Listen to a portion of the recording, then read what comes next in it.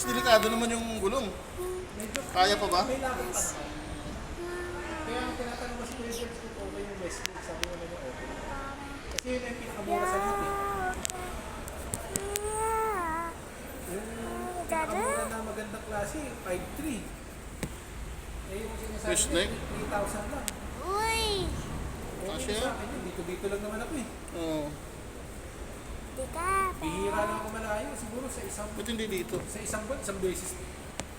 Wait. Pa kang kilalim. Ay ko.